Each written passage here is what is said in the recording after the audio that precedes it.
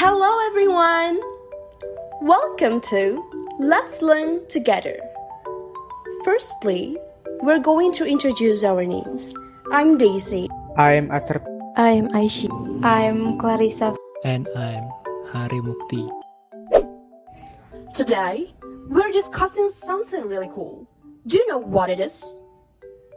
Yes, it's narrative text.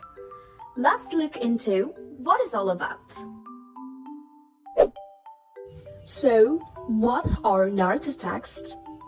Well, it's essential stories, just like the ones you hear before bedtime or read in your favorite books. It's full of characters, adventures, and exciting events that keep you engaged. Now, why do we have narrative text? It's simple. It's here to entertain us. It makes us laugh, cry, and feel all sorts of emotions. Plus, it's great for letting our imagination soar and taking us to new and magical places. Alright, let's talk about how these stories are put together. First, there's the beginning, where we meet the characters and learn about the setting. It is called introduction. Then comes the middle part, which includes the complication and resolution, where all the action happens, like solving mysteries or going on epic quest. And finally, we have the ending, which is the reorientation, where everything works up nicely, but most of the time. Now, let's talk about the cool things that make this story so interesting. Narrative texts certainly have linguistic features. What are they? Let's see. First, narrative texts use the past tense because narrative text is stories in the past. The second, narrative texts use adverbs of time, for example, when, suddenly, before, etc. Next, narrative texts use time conjunction, such as after, immediately, then, etc. And also, narrative texts use direct speech. For example, Aladdin said, "She is the one."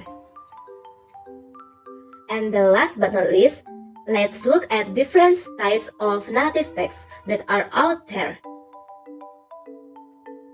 There are fairy tales about fairy life, mystery stories about solving mysteries, science fiction stories about science and technology beyond reality, romance stories about romantic relationships between two people, horror stories about ghosts, psychopaths, and other horrible things, fables about animal life, and folk tales about myths and legends that may still be believed.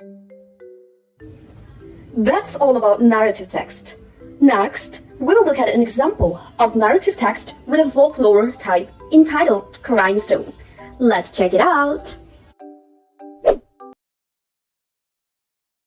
Once upon a time, there was a beautiful girl who lived in a small village in Kalimantan with her mother. The girl's name is Darmi. Darmi is very beautiful. Every day, she wears makeup and her best dresses. She always wanted to be rich and pretty, but on the other side, she is very lazy. She never helped her mother, and she is also a spoiled girl. One day, her mother accompanied her to a market. Before they went to the market, Darmi talked to her mother. Listen, I don't want you to walk beside me. You have to walk behind me. Got it? With a sad heart, her mother agreed. So, Darmi walked in front of her mother, and her mother followed behind her. Darmi and her mother looked very different. Darmi looked very beautiful in her pretty dress, while her mother looked very old in a very simple dress.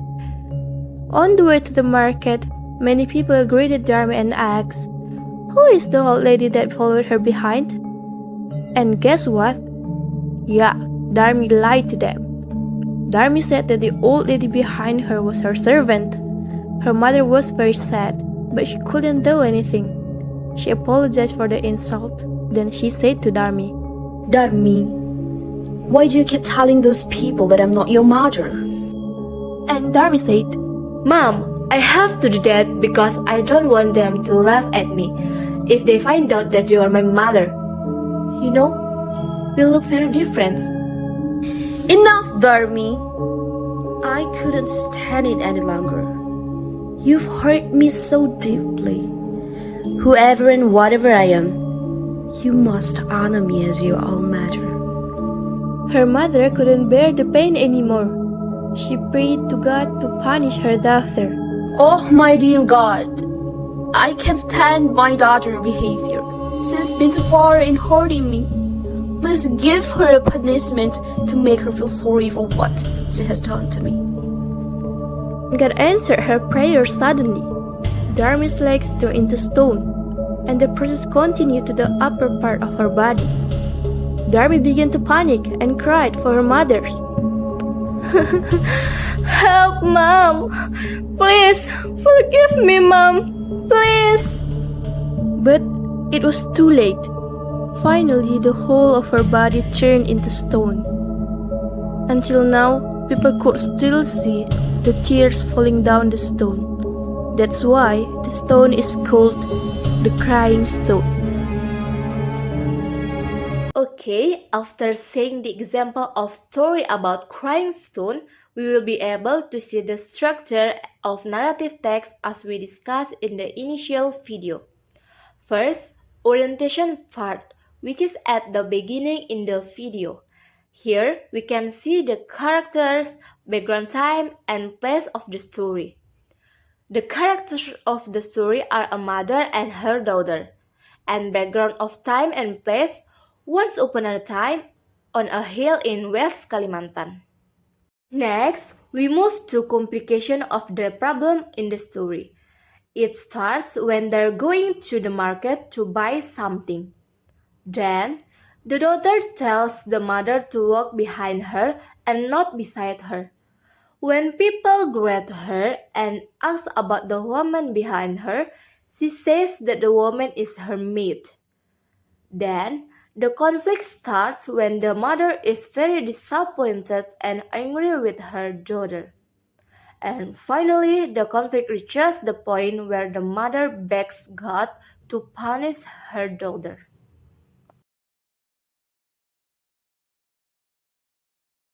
We move to language features based on the stories.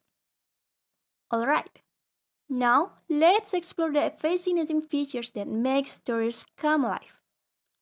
Imagine a tale about a young girl named Darmi and her journey in a village.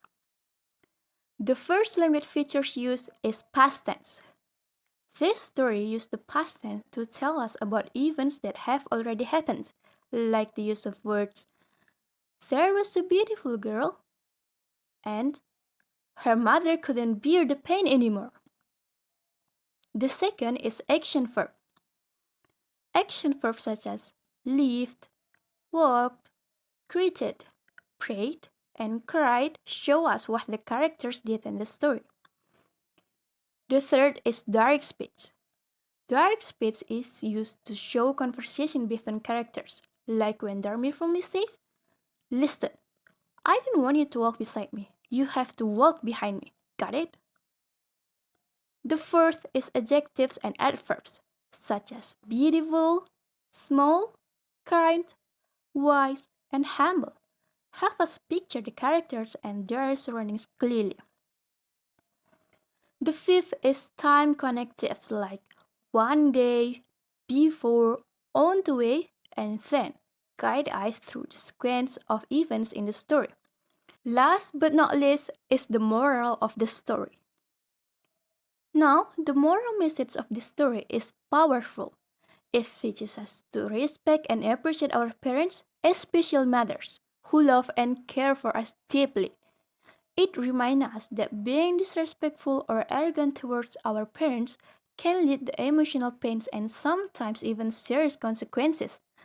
So, let's remember to value honesty and kindness over appearances or pride, and to always cherish the love and sacrifices of our parents. So, yeah, thanks for watching our video on narrative text. We hope you learned something new and interesting. And if you have any question or need help with anything, just let us know. Thanks again for watching, and we'll see you in the next video. Bye bye!